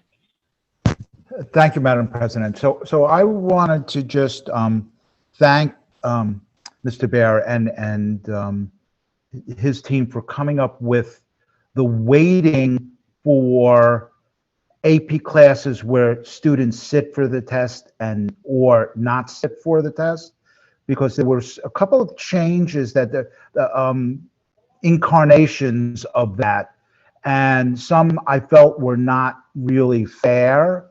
And I think this is the fairest way of keeping the AP, but differentiating students who sit for the test and students who do not. Thank you. Thank you. How about you, Mr. Bear?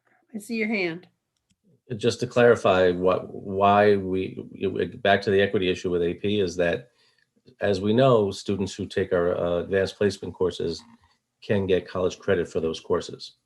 And that's a huge equity issue in our opinion. It helps our kids to accelerate, as we do with P-TECH and our early college program through Marist. It gives them more options to accelerate and have college credits and reduce the financial burden that some of our families may have as they enter into their college careers. Thank you, Mr. Bear. Mr. Stridiron, I see your hand. Thank you.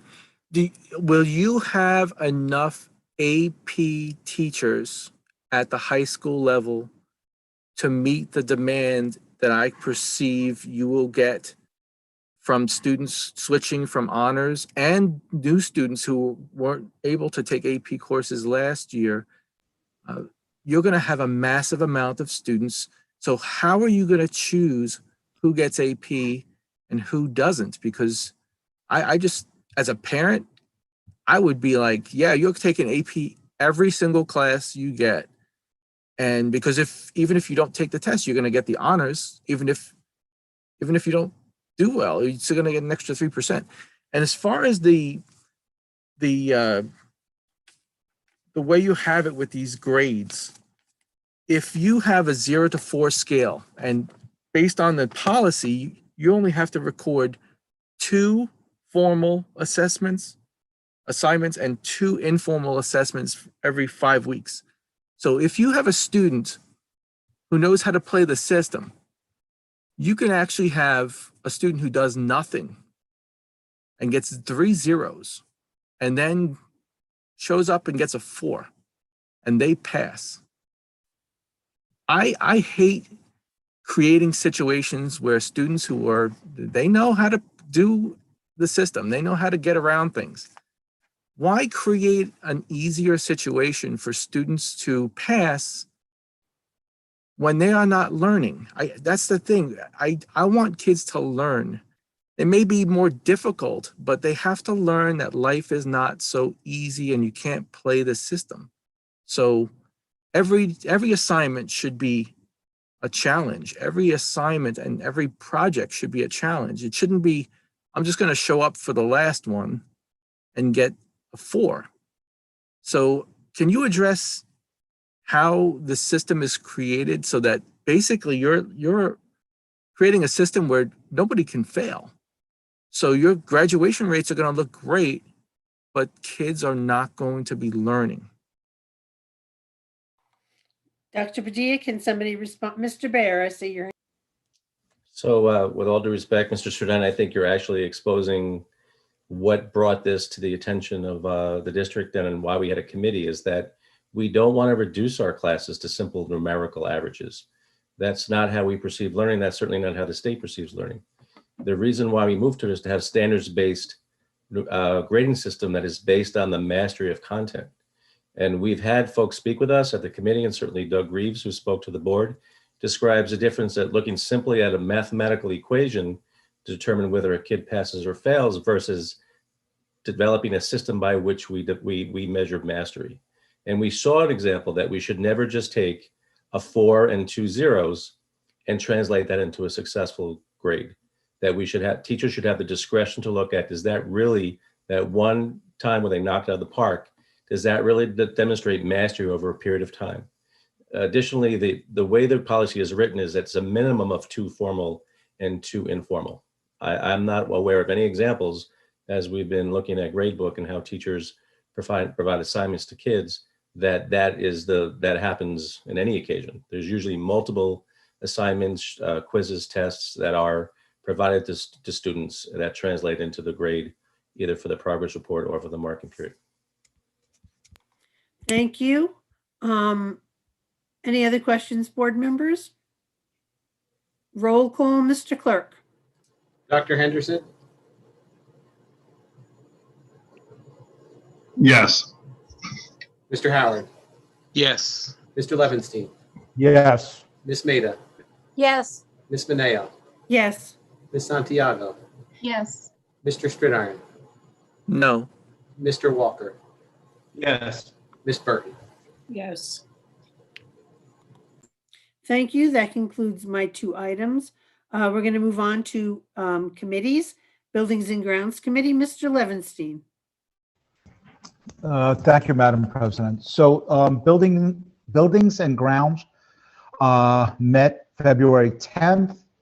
We discussed the following with Mr. Vales: district-wide building fire inspections, roof leaks and their repairs at NFA Main and GAMS, district-wide window and screens update, district-wide painting schedule, the MERV 13 filter orders, and future budget priorities for the Building and Grounds Department. Thank you, Madam President. Thank you, Mr. Levinstein. I do the Personnel Committee. All items that were discussed at the Personnel Committee are on this agenda tonight. We'll move to Policy Committee. Mr. Howard. Thank you, Madam President. We discussed at the Policy Committee meeting on February 11th, 2 items that were just voted on, 5501 and 5502. We also had a conversation around regulations, and we had our conversation around budget priorities for the Policy Committee. Thank you. We're going to move on to the Library Committee. Mr. Stridiron. Thank you, Madam President. I'm trying to bring up I have it here on the agenda. We met on January 14th. Actually, no, let's see what date. We make it bigger here. We met on February 11th, and we actually had our first meeting with the new director, and she provided a very comprehensive report on the happenings at the library and the priorities moving forward. We had some information on the library reopening. A small discussion was made on the Newburgh Mall and the new situation with the casino possibly coming in. We have some resolutions on tonight's agenda regarding some personnel and the resolution regarding the increase in the library budget from a donation. And also we had an item for budget priorities. Thank you. Thank you, Mr. Stridiron. We're going to move on to our Assistant Superintendent for Curriculum and Instruction, Mr. Bayer. Thank you, Madam President. Curriculum Instruction Secondary has 2 items on the consent agenda for the board's consideration this evening. Would any member like to separate out any of these items? Madam President, I would like to separate these items. I think they're quite different and maybe should be voted on separately. Thank you. We will, Mr. Levinstein. So let's start with 6.1. I'd like to entertain a motion, please. So moved. Second. Questions or discussion? Roll call on 6.1. Mr. Howard, Yes. Mr. Levinstein, Yes. Ms. Maida, Yes. Ms. Mineo, Yes. Ms. Santiago, Yes. Mr. Stridiron, Yes. Mr. Walker, Yes. Ms. Burton, Yes. Dr. Henderson. Yes. We're going to move on to item 6.2. I'd like to entertain a motion, please. So moved. Second. Questions or discussion? Mr. Levinstein. Thank you, Madam President. So I just have a couple of points I'd like to bring up. So firstly, the fact that how people vote on this, it's very hard and they're going to vote their conscience. But I just want to make a comment about the basketball, that people had tough decisions and we voted as a board to approve basketball to practice. And then I hear tonight that a board member gets a call that that didn't happen.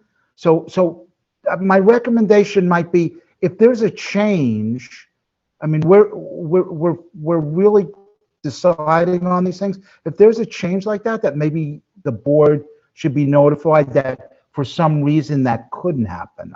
And I understand why. I'm just saying I think that the board deserves just to be notified of that.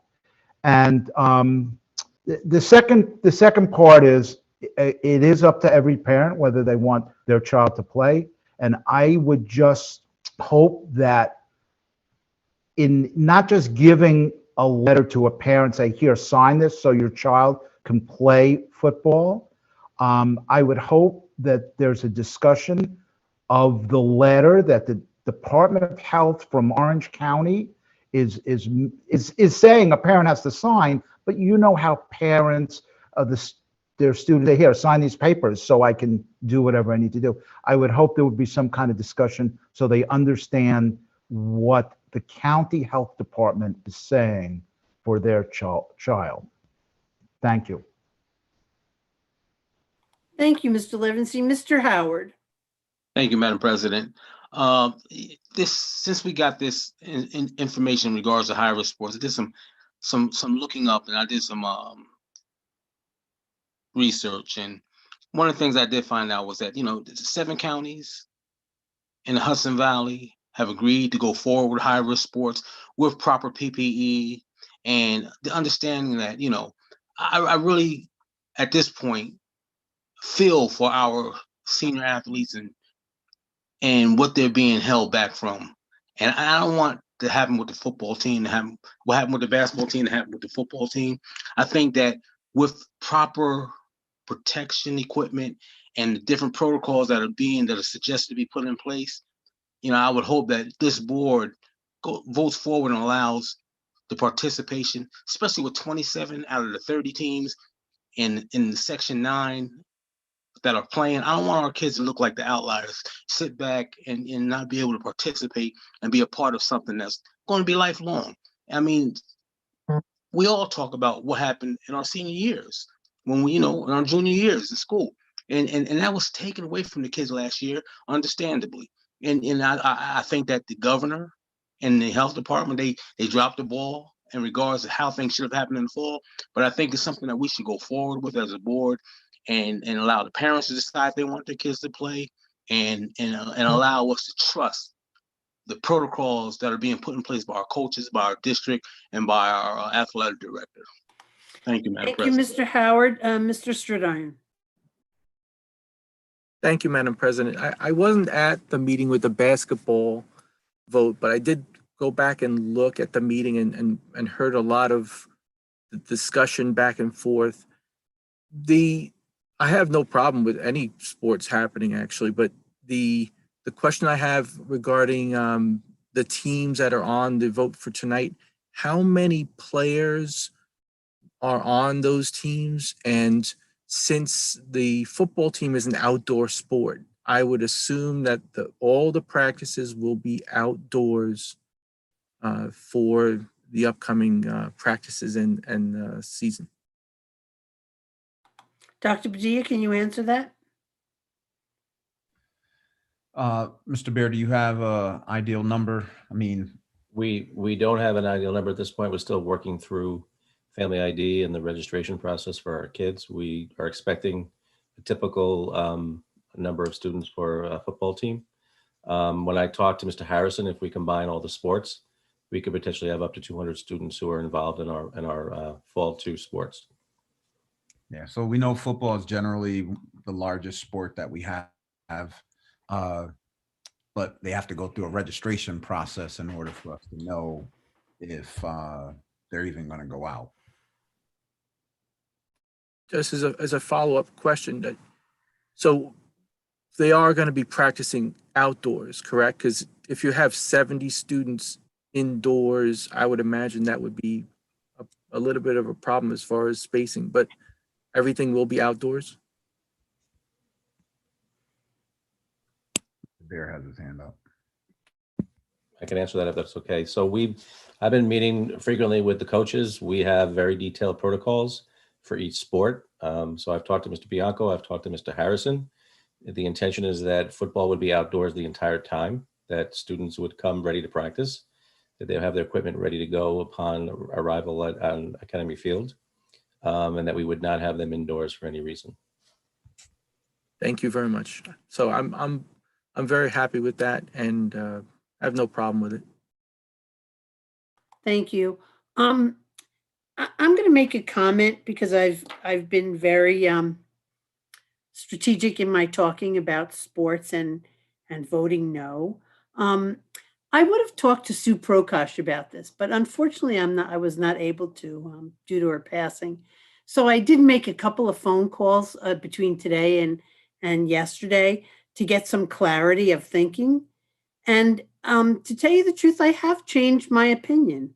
I have changed my opinion because I feel like the coaches and the parents and the kids are really going to help us to make this a safe environment. And that's the reason that I'm going to vote yes today.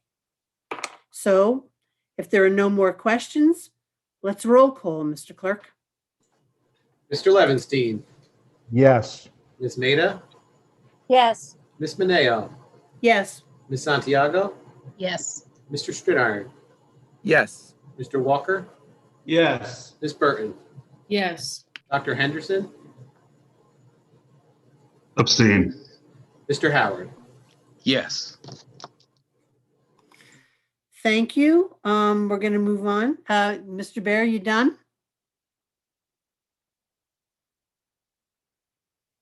Mr. Bear? Yes, Madam President, I'm done.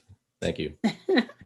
Thank you. We're going to move on to our Assistant Superintendent for Support Services, Dr. Roman. Thank you, Madam President. Under the Student Support Services agenda, there is one item for the board's consideration, that's 7.1 recommendations for CSE, CPSE committees. I'd like to entertain a motion, please. So move. Second. Second. Question or discussion? Roll call, Mr. Clerk. Ms. Maida, Yes. Ms. Mineo, Yes. Ms. Santiago, Yes. Mr. Stridiron, Yes. Mr. Walker, Yes. Ms. Burton, Yes. Dr. Henderson, Yes. Mr. Howard, Yes. Mr. Levinstein. Yes. Thank you. That concludes my items. Thank you, Dr. Roman. We're going to move on to our Assistant Superintendent for Finance, Dr. Spindler. Thank you, Madam President. I present items 8.1 through 8.4 as a consent agenda for your consideration. Would any member like to separate out any of these items? I'd like to entertain a motion, please. So moved. Second. Thank you. Questions or discussion? Roll call, Mr. Clerk. Ms. Mineo, Yes. Ms. Santiago, Yes. Mr. Stridiron, Yes. Mr. Walker, Yes. Ms. Burton, Yes. Dr. Henderson, Yes. Mr. Howard, Yes. Mr. Levinstein, Yes. Ms. Maida. Yes. That concludes my items for this evening. Thank you. Thank you. Thank you, Dr. Spindler. We're going to move on to our Assistant Superintendent for Human Resources, Mr. McLemore. Thank you, Madam President. On the Human Resources agenda, I have items 9.1 through 9.8 for your consideration on tonight. Would any member like to separate out any of these items? I'd like to entertain a motion, please. So moved. So moved. Second that. Questions or discussion? Roll call, Mr. Clerk. Ms. Santiago, Yes. Mr. Stridiron, Yes. Mr. Walker, Yes. Ms. Burton, Yes. Dr. Henderson, Yes. Mr. Howard, Yes. Mr. Levinstein, Yes. Ms. Maida, Yes. Ms. Mineo. Yes. Thank you, Madam President. That concludes my items. Thank you, Mr. McLemore. We're going to move on to our clerk of the board, Mr. McCoy. Thank you, Madam President. I have the approval of the minutes from the February 9th, 2021 meeting. I'd like to entertain a motion, please. So moved. Second. Questions or discussion? Roll call. Mr. Stridiron, Yes. Mr. Walker, Mr. Walker.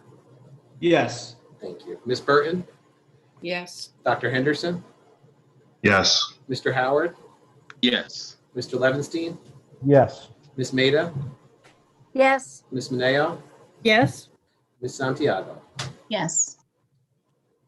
Then I have item 10.2, pursuant to the resolution that the Board of Education passed last fall, starting on Friday, February 26th. The Board of Education packets for potential candidates to run for the board will be available. I ask that you would please email me at mmccoy@necsd.net to schedule an appointment to come in to go over the packet of information. The seats are currently held by the trustees, Ms. Burton, Ms. Santiago, and Mr. Howard. And the petitions would need to be due back 20 days before the election. That's the end of April. That concludes my items, Madam President. Thank you, Mr. McCoy. We're going to move on to public comments on non-agenda items. I believe we have one. Mr. McCoy, you're on. Thank you, Madam President. There was one comment submitted on non-agenda items from Mr. Bob Culata. Early start time. The board is considering to move the start of the high school to a later time to allow all scholars to achieve better success across all grades, demographics, and categories. Numerous studies attached by medical and educational organizations have found that loss of sleep has a negative effect on academic success, social and emotional issues, and attendance. Over the past 30 years, medical research has consistently found that high school scholars require 8 to 10 hours of sleep each night, and that sleep does not occur until about 11 p.m. Why then is the board still expecting our scholars to conform to a sleep cycle counter to their body's rhythm and thus stressful on their educational experience? Some opponents to a later start time claim that scholars would simply stay up later. Research found that most scholars go to bed between 11 p.m. and midnight when schools start later. Some scholars reported that they went to bed feeling less stressed. Some board members argue that the possibility of moving some younger scholars from one school to another would be detrimental to their education and social and emotional well-being. Studies show that a child's welfare and education is negatively affected when moved to 2 or more times during the school year. Such is the case when referring to children who are moved about due to homelessness, foster care, multiple family moves, numerous expulsions, and such. These studies do not mention or demonstrate a one-time move due to redistricting or any other similar cause would be detrimental to the scholar. It was mentioned that adjusting the start time as described would approximately $300,000 in transportation costs. Some members argue that the savings is not worth the change. Savings are important to taxpayers and the responsibility for the district to maximize funds to address more relevant and effective educational needs. Also consider other savings gained with improved educational, behavioral, and emotional outcomes. So school board members complain such a change adversely affects family schedules. No doubt any changes affect on families. As a single working parent, I experienced such changes and adjusted accordingly. The board is responsible first and foremost for providing the best educational opportunities for all scholars. While Quote, while implementing a delayed school start time can be an emotional, potentially stressful issue for school districts, families, and other members of the community, the health benefits for adolescents far outweigh any potential negative consequences, unquote, says Dr. Kobler, AMA Adopted Policy 2016. Schools here in New York and across the country have moved their high school start times and found scholars' attendance rose, lateness declined, behavior and emotional factors improved, academic achievement rose, the achievement gap declined, and scholars considered below average did measurably better. Teachers reported more alertness in class, less sleeping, and happier dispositions. High school teachers also found more opportunities to meet parents and hold common planning time before school. Principals reported dealing with fewer disciplinary referrals and fewer late arrivals. Counselors and nurses reported fewer peer-related problems, improved attitudes, and less stress-related learning problems. Coaches worried about participation when schedules were shifted to a slightly later time. Instead, participation levels remained the same. Scholars were less tired and appeared more alert. While darkness was a concern in the 1990s, many schools have installed lights on field and most winter sports are played indoors. Even parents with common concerns have reported fewer early morning confrontations and found more opportunity for breakfast conversations, including eating breakfast. These are possible cost savings as well. How much less would the district need to spend for studies, consultants, commercial programs, additional personnel, and such in order to address the problems related to the educational difficulties such as lateness, tiredness, behavioral, and emotional issues? How much would be saved if scholars graduated in 4 years instead of 5 or 6, or not at all? What good or how effective are the millions spent for supported programs if scholars are rested, unable to concentrate, and pay attention in class? Just as you invest in healthy school meals, healthy and safe school environments, research finds you need to invest in allowing scholars needed sleep. Resetting the starting times for our high school scholars requires the board's attention this year. It is your obligation to pay attention to the scientific and medical research to provide all our scholars every opportunity to make the best of their education and development years here in the Newburgh and Large City School District. And then there were some attachments that I provided to the board. That's the end of the non-public comment for non-agenda items, Madam President. Thank you, Mr. McCoy, and thank you for that reading. I'd like to entertain a motion to adjourn this meeting, please. So moved. Second. Roll call, Mr. Clerk. Ms. Burton, Yes. Dr. Henderson, Yes. Mr. Howard, Yes. Mr. Levenstein, Yes. Ms. Maida, Yes. Ms. Mineo, Yes? Ms. Santiago, Yes. Mr. Stridiron, Yes. Mr. Walker. Yes. Thank you and good night, everybody. Stay safe.